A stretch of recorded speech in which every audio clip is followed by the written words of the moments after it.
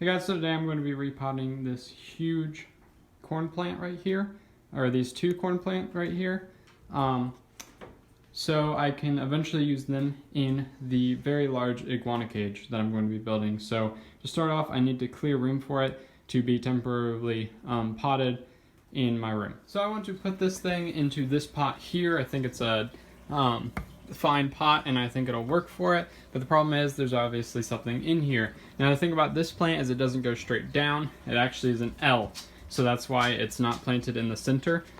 So the only thing I have that I think would work is this. So like I said, it doesn't go down, it actually curves, it doesn't have a whole lot of roots, so I'm going to pull it out and kind of squeeze it into this pot somehow.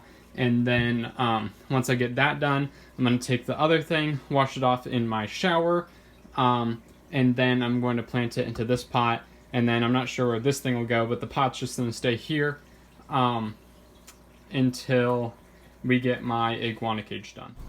So first I added some dirt from a separate container that I had, and then I removed all the leaves from that pot, and then I took the plant out, put it inside. As you can see, there's a new part coming up, which is pretty exciting, and then I kind of just situated it how I wanted it, kind of made a nice little scene, used some botanicals, some leaves, some grass stuff, just different things, and a rock, just to make that little bowl look pretty nice. And then I gave it a watered down. So now I'm going to go ahead and get the tree that I showed you at the beginning of the video, and I'm going to get rid of that soil, go throw it out in my garden probably, and then I am going to wash it off in my shower, like I said, wash off the plant, make sure there's not any insects between the leaves or anything, and there's not any soil creatures on the roots and everything. And then I'm going to bring it in and I'll plant it in this pot here after I clean it up. So I began by removing all the dirt, and I did this for a couple reasons. First of all, I don't want any insects whatsoever that I did not put in my room for the reasons of like parasites and bad insects and just things like that. When you're dealing with reptiles, you just don't want to use the dirt, as well as there is perlite and different things, chemicals in the soil like fertilizers and pesticides, all things that could be harmful for my reptiles and my insects. So you just want to remove the dirt. And then I went ahead and sprayed down the plant as well, which was really handy to have the shower to do that in. So I did that, and then I went ahead and planted it in the newly freed pot here, and I just added dirt until I could set them upright, and then I just finished out with dirt, and then I added leaves to kind of make it look natural. So here's this tree a couple of days later, and it doesn't seem to have wilted or literally done anything since I repotted it. I've been watering it and it seems to be doing just fine, so that's very exciting, and that gives me encouragement for when I have to repot it again, or not really repot it, but put it into its final enclosure. That's right, this thing is going into a terrarium. I believe I said that at the beginning of the video, so I think that you can imagine how ginormous this terrarium's gonna have to be. Like, if you look at this is a 125 gallon aquarium. That's a really large tank. It's 6 feet long. I can easily lay down inside. It's very big. And this thing is not only taller, obviously, but it, like, in width, it's wider. Like, the leaves go out past the tank, and those leaves aren't, it's just, this is a huge tree. It's a proper tree right here, and it will be going into an enclosure that will be right here. So you might be wondering what's going to happen with this stuff. This stuff will also be going into it. So all of those are pretty much filled with wood or substrate, and those will be going into it, and then I'll find places for these later. But they will be going into my green iguana's enclosure. It's going to be absolutely massive. So far, the doors of it will be 6 foot, and then it'll have a 11-inch hood on top of that. So this thing's going to be 7 feet tall, maybe a little bit over, maybe a little bit under. We'll kind of see. This room is 8 feet, so they'll just be like just a little bit. It'll probably block out that light maybe a little bit. I'm not exactly sure there, but that's a possibility at this point. And then this will be going to it, as well as some other crazy things that I'm very excited about. Just, I think, maybe a waterfall and just some crazy stuff, and that'll be for my green iguana, Charles, right here, because he's going to get absolutely massive, and he's going to grow out of this in like a year probably, but we'll see what happens by then. We'll see.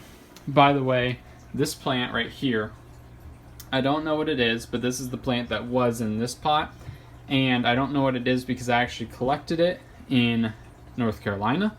So I've actually had it for a pretty long time, and the only way I've really gotten it to grow is to put it outside during the summer, but I won't be doing that anymore because it has my bioactive substrate, and I don't want any other insects that I don't like to get in there.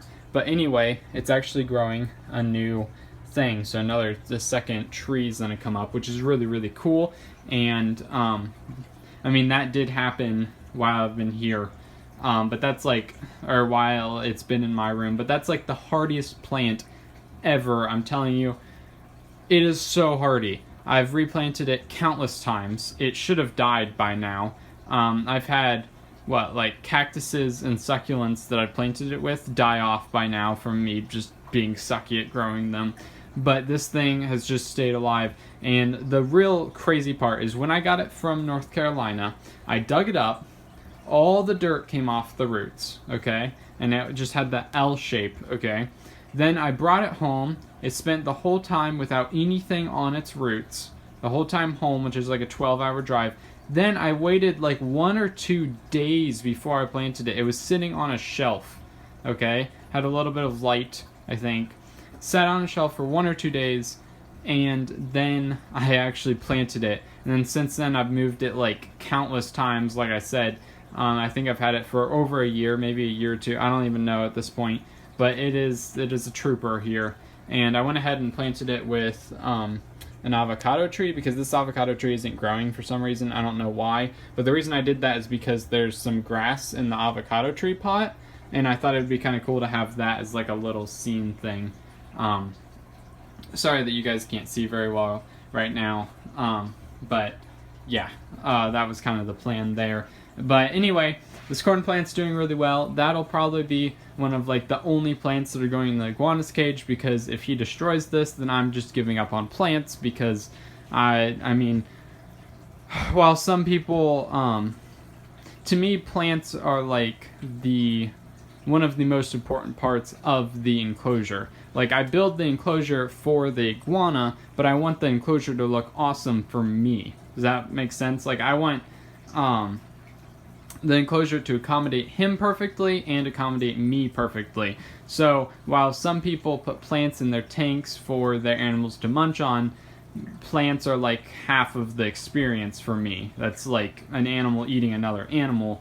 But I mean, plants are obviously, I don't cry when I kill plants. They're plants. I don't kill reptiles. So, but hopefully that makes sense. I just don't want to spend a bunch of money into plants, because every time one is killed, even by the iguana eating it, it's still very disappointing to me. So I just don't want to do that. So I don't really care if the plant dies. I just don't like buying plants and then having them die. I'd rather just buy lettuce and all different types of greens that I feed him.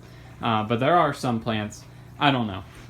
Basically, I'm not going to keep putting plants in his enclosure if he keeps eating them. So this is kind of the thing I'm going to be doing in his enclosure, and then that'll probably be it, because, like I said, I don't want to keep replacing plants.